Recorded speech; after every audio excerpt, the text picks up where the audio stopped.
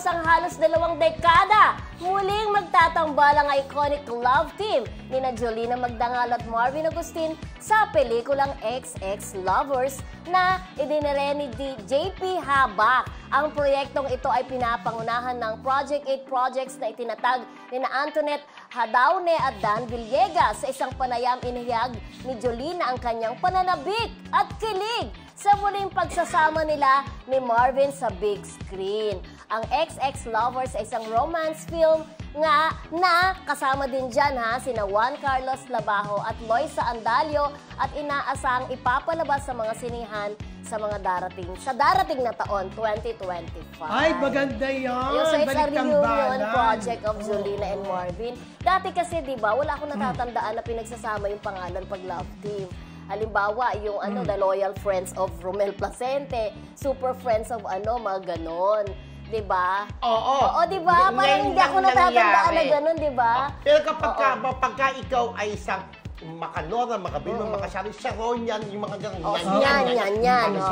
Pero eto, wala talagang Marvin Gina. Parang Jomar. Oo, walang gano'n Jomar. Parang Jolina Marvin. Marjol. Walang gano'n. Eto wala yung, basta love team nila. The love team of Jolina and Marvin. Super friends of Rodel Fernando. Yung pangalan ng mga fans club, di ba? Correct, Pero ito, kung doon ko nagkakamali po yung ang huli bang pelikula nila with Marisol Soriano, yung Erase, yung kasama si William, yung magkapatid si Maricel at saka si Jolina.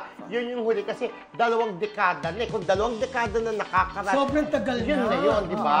Ano bang title? Kung ayaw mo, parang gano'n, Chorbadas. Pero may tumatak na linya. Dahil kaibigan mo lang ako. Parang si Bojoy, di ba? Parang si Bojoy yung kanyang character. Pero sumikat yun, Sa ano yun? Ano movie yun? Sinut yun sa Baguio. I'm not your just best friend of you. Yung ba yung nangihinayang yung ba yun? Ang nangihinayang ang team song? Yung team song, tama. Oo, di ba sumikat din? Pero title kasi nun, nakalimutan ko. Masapi tayo na balik-tambalan ang Marvin at Jolina, di ba? Sure! At abangan natin yan. Abangan niyo po yung magandang pelikula ng romance comedy. Yes.